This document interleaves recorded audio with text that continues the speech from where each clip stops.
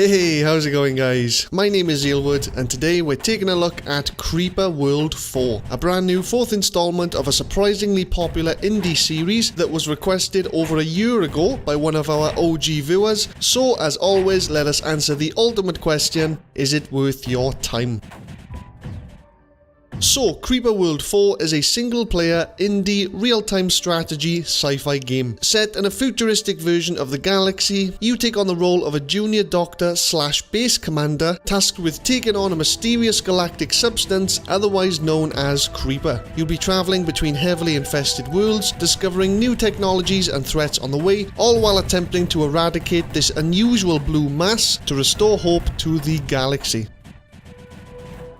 So aesthetically, if you're a fan of the Creeper World series, you may have already noticed the game's brand new, complete 3D overhaul compared to its 2D bird's eye view predecessors. I can't relate personally because this is the first Creeper World game I've played, but after checking out videos on the first 3 games, it's safe to say that the new 3D design of number 4 brings a whole new level of depth to the environments, a far greater level of devastation to the Creeper, and a far more immersive visual experience in general. Colours used are just as bright, plain and distinct as before, yet really managed to separate the various levels of terrain with ease, while also making all important ground objects like turrets and totems completely distinguishable from the ground designs. Lighting effects are not bad considering the inexperienced jump to 3D, but they do have some light terrain shadow effects, a handful of glow effects, and plenty of other effects like explosions, smoke and beams. Textures and detail used are by far my favourite assets of the game. The terrain design is simple, the object textures are distinctive, but what really takes the forefront of the visuals for me is the Creeper design, a vast engulfing sea of death and destruction. I feel the previous versions of the Creeper could never truly capture the raw idea and nature of this unusual sci-fi liquid, since you were basically looking at a static,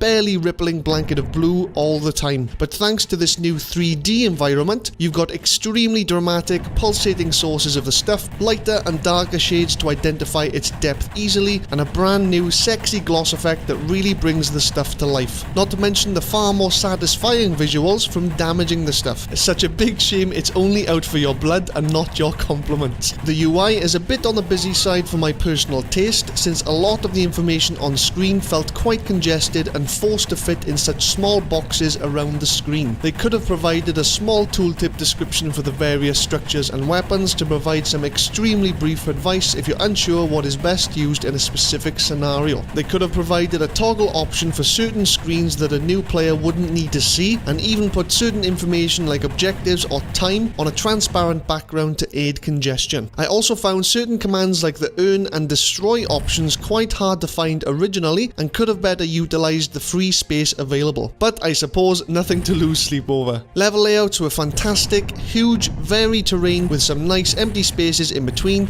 to mix up the challenge provided and create an often cozy gaming experience once you start to get your base up and running. Ground clutter is practically non-existent, which I prefer, since you're often zoomed out so far from the ground it would only confuse the situation. Character and enemy designs are purely in the form of your weapons, structures, the Creeper, and the various hostile creatures that aid the Creeper, all of which are brilliantly simple, to the point, and take up as little space as possible, since the battlefield can often become very congested late game. In previous titles I found the structures and weapon sprites to be way too big compared to the terrain, and if anything took up far too much space on screen. This however has been remedied to perfection due to the far more realistic designs of these assets. Well, except the Creeper, that just overpowers everything. Overall, a brilliantly executed 3D interpretation with the new Creeper designs definitely stealing the show.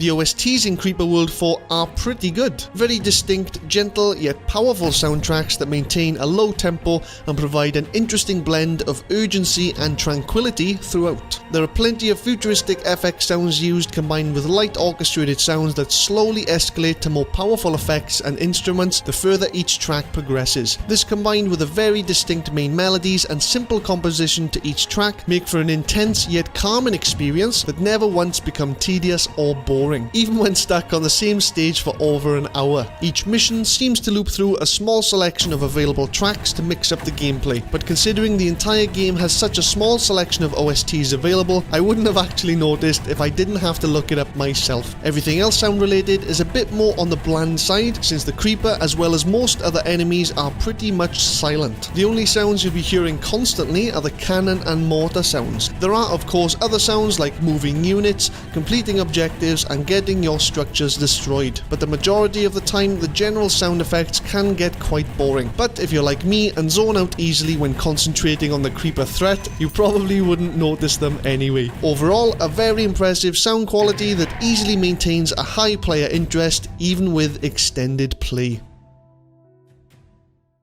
Now for the gameplay. So firstly, Creeper World 4 doesn't have any difficulty options to choose from before you play. It is what it is whether you like it or not, just like every good game should be. The lore of the game is pretty basic and doesn't go into any real detail from what I noticed personally, but as mentioned, you play as a junior doctor, part of some sort of space traveling research team. You communicate with the chief of the team and report first sightings of the strange substance known as Creeper. Initially, your goal is to make it back to Mars and escape the Creeper threat, but as you progress the game, you start to take on some passengers, discover new technology, and decide to attack the Creeper head on instead. This story I'm talking about is basically experienced in the form of information pages before, during, and sometimes after a mission. There isn't any additional features like voice acting, character faces, or any evidence of your humanoid character's appearance whatsoever. This caused the plot to be very boring for me and lost my complete interest by the third mission. Fortunately, the lore is so basic anyway, I doubt I missed out on anything spectacular. Keep in mind that some of the greatest games of all time have little to no lore anyway, so it didn't really hinder my actual gaming experience personally. When you first load up the game, you're presented with a lot of options to choose from. These become unlocked pretty quickly once you progress through the story mode a bit. Some of which include chrono missions that become available daily, a random mission generator, colonies for taking on custom missions created by other players, and a mission editor to obviously make your own. The Farsight Expedition option is what you want to click to progress the main story in the form of progressively unlocked levels that involve completely different planets with completely different layouts. Once clicked, you're presented with a very short intro cutscene with a few pages of information to introduce you to the game's plot. Then take control of the battlefield and play. The controls, as with most RTSs, are your up, down, left and right camera controls, a camera rotation button and your mouse for clicking. You also have the option to edit hotkeys and keybinds of course, but for the average player, these are all the controls you will ever need. The base objective for pretty much every level of the entire game is quite an obvious one: destroy every last drop of the hostile Creeper and nullify all Creeper related organisms to prevent the substance from manifesting again. This can be done in many different ways, but your bread and butter methods of cleansing include setting up a variety of weapons to shoot, spray and blow the stuff up.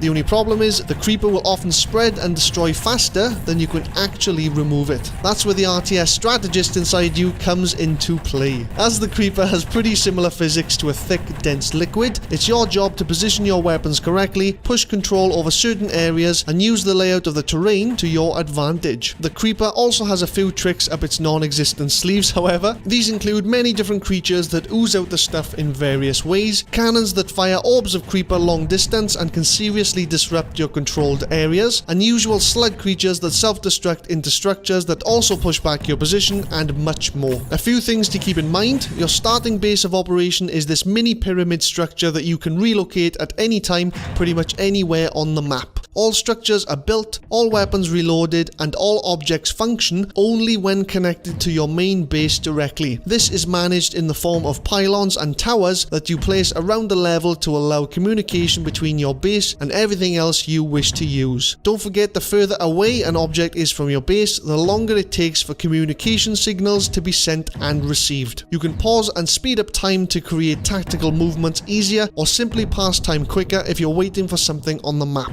You can upgrade weapons with urns found around the map, set up missiles and snipers to counter specific threats, terraform terrain to your advantage, use orbital weapons for long-range effects, build mines and refineries to get faster communication speeds, and to collect special resources required for certain objects and weapons. There are many standalone objects on the terrain that can be utilized, or deposits that can be collected and stored, a nullifier weapon for shutting down creeper organisms while in close proximity, and much more. There are many other mechanics I've left out, but that should be enough to get you started. From my personal experience, I found that pushing back dense masses of creeper involves setting up a strong defensive position, then relocating multiple weapons behind enemy lines, setting up towers and pylons quickly to hold down the new position before the creeper can overpower you. I'm sure there are many other efficient ways of taking on the creeper, but without looking up any videos on it, this is what I came up with as my most consistent method of reclaiming the map. Be aware that if the creeper takes out a single tower where you haven't set up any backups, communication is severed to your entire front until you build a new one. This often cut off my progression quite a few times on multiple missions. I also found that relocating your base to a more centralized location to your entire setup was a very efficient move, provided you could get to the new position before your weapons ran out of ammo, because while mid-air, your base ceases all communications with everything else. Other than that, the gameplay experience is pretty self-explanatory and would need to be enjoyed firsthand to get to grips with the true nature of the creeper, especially on the considerably harder later stages. Overall, an interesting gaming experience that consistently keeps you on your toes and loves to disrupt your carefully calculated advances.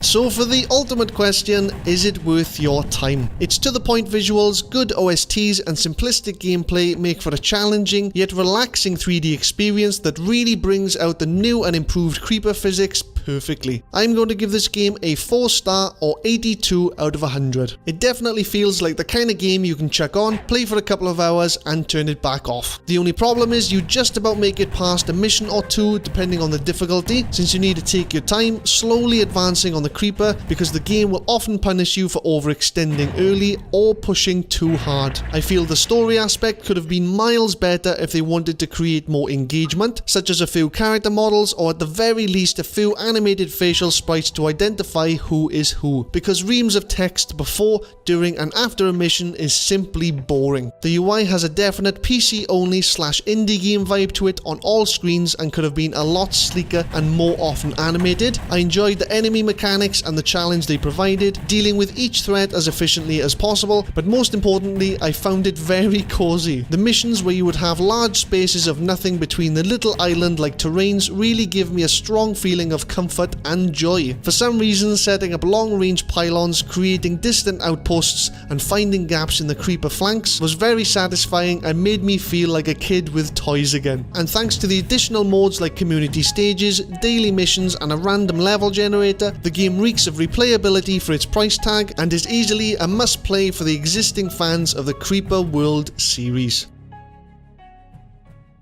Well guys, I hope you enjoyed the video. If you did, leave a like, subscribe if you want to see more games I'm supposed to be reviewing each week, and thank you again Tablet Brothers for the game request from an entire year ago. I hope it was everything you dreamt of. Make sure you let me know. In case I don't upload another review before the 25th, a big Merry Christmas from me to you bunch of headers. I hope you all have a lovely time, and remember, it ain't Christmas without a board game. But as always, all the best guys, take care.